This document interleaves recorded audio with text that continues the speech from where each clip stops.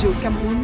Par la volonté du chef de l'État, son Excellence Paul Biya, l'accès au logement social est désormais une réalité à travers la mise à disposition de 10 000 logements et 50 000 parcelles aménageables. Le MINDU, le MINCAF et la SIC, sous la coordination du Premier ministère, accompagnent le chef de l'État dans cette mission. Devenez locataire ou propriétaire sur l'ensemble du territoire national.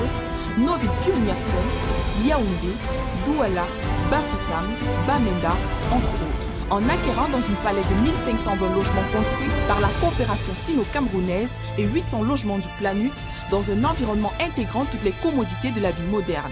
Pour toute information complémentaire, bien vouloir vous rapprocher de la SIC, agent immobilier exclusif de ce programme, à travers les guichets uniques suivants. Guichet unique central 699 80 41 69. Guichet unique Yaoundé 696 94 87 11. Guichet unique Douala 696 12 18 00. Ceci est une production du programme gouvernemental des logements sociaux pour un logement pour tous. Merci pour cette opportunité qui m'est offerte pour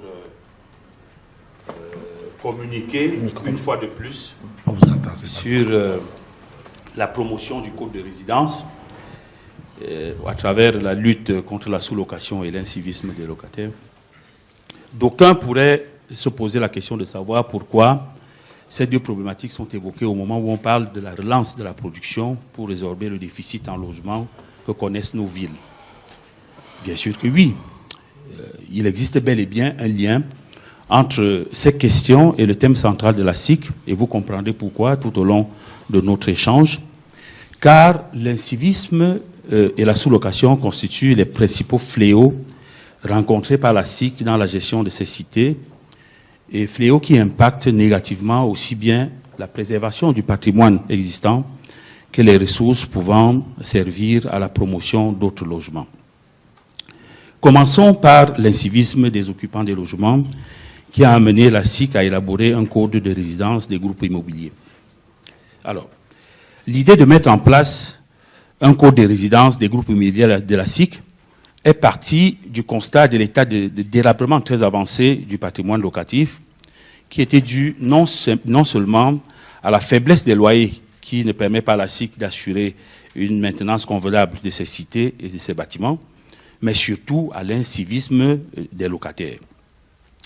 Le code de résidence est donc l'outil par excellence de gestion des cités devant conduire à l'amélioration des relations avec la clientèle afin de préserver le patrimoine immobilier de la SIC pour les générations futures. De quoi s'agit-il concrètement? Ce code de résidence, n'est-ce pas, a pour objectif d'instaurer la bonne gouvernance par l'encadrement permanent du dialogue inclusif avec les résidents et réduire ainsi les incompréhensions entre la SIC et sa clientèle. Ce code permet d'endiguer l'incivisme des locataires dans la manière d'habiter et instaure, n'est-ce pas, les bonnes pratiques pour la maintenance et l'entretien des logements. Il permet de résoudre les problèmes liés à l'assainissement, l'hygiène, la salubrité et la sécurité dans les cités et de faciliter le paiement des loyers en éradiquant le fléau de la sous-location qui a été évoqué tout à l'heure par le directeur général. Nous n'allons pas revenir sur ces différents chapitres et articles que nous présentons à chaque occasion qui nous est offerte. Mais nous voulons mettre en exergue quelques mauvaises pratiques qu'il proscrit et qui sont malheureusement constatées de manière récurrente dans nos cités. Vous avez des locataires qui versent des eaux usées et autres déchets par les balcons. Vraiment, ça, c'est insupportable, c'est inadmissible. Vous avez des locataires qui pilent, n'est-ce pas, dans les mortiers, les pilons, des aliments dans des appartements, fragilisant les dalles et créant ainsi des nuisances sonores pour les voisins. Vous avez des locataires qui cuisinent au feu de bois dans les appartements, ce qui a un impact très néfaste sur la structure des bâtiments, en même temps que cela multiplie les risques d'incendie. Vous avez une catégorie de locataires qui se livrent à des branchements électriques non conformes, mettant ainsi en danger la vie des enfants et autres usagers, et même mettant en péril les bâtiments. Vous avez des locataires qui garent des véhicules sur les espaces verts, et espaces de jeu pour les enfants, en abandonnant des épaves de voitures dans des parkings qui étaient pourtant réservés à ces véhicules-là.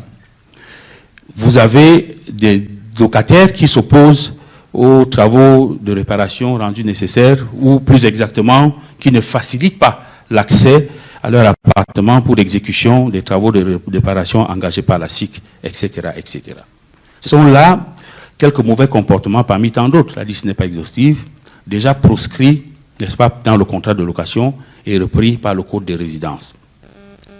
Par ailleurs, le Code des résidences met un accent sur le vivre ensemble et la gestion participative des cités en faisant des résidents les principaux acteurs de leur bien-être. Ce texte instaure et encourage les bons rapports de voisinage et une collaboration fluide entre les résidents, ainsi que leur forte implication dans la gestion de leur propre environnement, leur sécurité, l'amélioration de leur cadre de vie, à travers la création des associations des locataires et acquéreurs qui ont désigné des chefs de bloc et des chefs de pôle pour interagir avec la SIC, n'est-ce pas, aussi bien dans les différentes rencontres périodiques avec le management de la SIC que dans un forum qui a été créé à cet effet. Il indique enfin les différents intervenants dans la gestion des cités, à savoir les autorités administratives, les collectivités territoriales décentralisées, les forces de maintien de l'ordre, la SIC elle-même, ses responsables, et les associations des résidents, chaque acteur devant être directement interpellé ou saisi pour les problèmes relevant de ses compétences. Parce qu'il faut bien le dire, les SIC sont construites dans des cités et les problématiques qui se posent ne sont pas exclusivement de la compétence de la Société immobilière du Cameroun. Il serait donc par conséquent, il serait souhaitable, n'est-ce pas, de mettre en œuvre et de manière permanente les dispositions du Code des résidences qui est disponible dans toutes les représentations de la SIC et sur le site web de la SIC, afin de préserver aussi bien l'équilibre social que le patrimoine immobilier pour lequel les pouvoirs publics concentrent d'énormes moyens au profit des populations. Évoquons à présent le fléau de la sous-location. De quoi s'agit-il? D'entrée de jeu, il convient, n'est-ce pas, de parler de manière générale des occupations irrégulières. Car la sous-location est une forme d'occupation irrégulière des logements sociaux qui consiste pour un locataire de sous-louer son logement à un tiers à un prix plus élevé que celui pratiqué par la SIC et de ne reverser dans les caisses de la SIC une petite partie du loyer qu'il a perçu. Mais il existe d'autres formes d'occupation irrégulière, telles que la transformation et l'exploitation des logements sociaux en commerce. Vous avez dans les logements sociaux des gens qui ont érigé des boutiques, des restaurants, des magasins de stockage de marchandises, des appartements meublés, etc., pour ne citer que cela. Une autre forme d'occupation irrégulière, c'est la remise des clés à des tiers, ce que on appelle trivialement la vente des clés à des prix exorbitants, à des tiers qui habitent, n'est-ce pas, des logements au nom du locataire principal, ce dernier se présentant à la moindre réquisition de la SIC, alors qu'il vit désormais ailleurs ou dans son propre logement. Tous ces cas de figure d'occupation sont proscrits aussi bien par la réglementation en vigueur que par le contrat de la SIC. C'est pourquoi des campagnes de sensibilisation et d'identification des locataires sont périodiquement organisées et les occupants qui remplissent ces conditions sont invités à régulariser leur situation pour cesser de se faire arnaquer. En tout état de cause, les personnes qui s'engagent dans cette pratique s'exposent à aux sanctions, n'est-ce pas, des actes posés par leurs préposés. Rappelons, en passant, que la filouterie des loyers a été introduite dans l'ordre juridique camerounais par la loi de 2016, du 12 juillet 2016 portant code pénal, qui punit à un emprisonnement de 6 à 3 ans et à des amendes de 100 à 300 000 le locataire débiteur de 2 mois de loyer seulement. Il faudrait mieux libérer donc le logement et remettre les clés à la SIC, au lieu de se retrouver en prison pour avoir remis les clés à un tiers qui occupe le logement en votre nom, car le locataire principal, qui n'a pas résilié son contrat en bonne et due forme, demeure le co-contractant de la SIC et porte l'entière responsabilité pénales et civiles des impayés ou des dégâts causés dans le logement par tout occupant de son chef. À bon entendeur, salut. Je vous remercie pour votre aimable attention.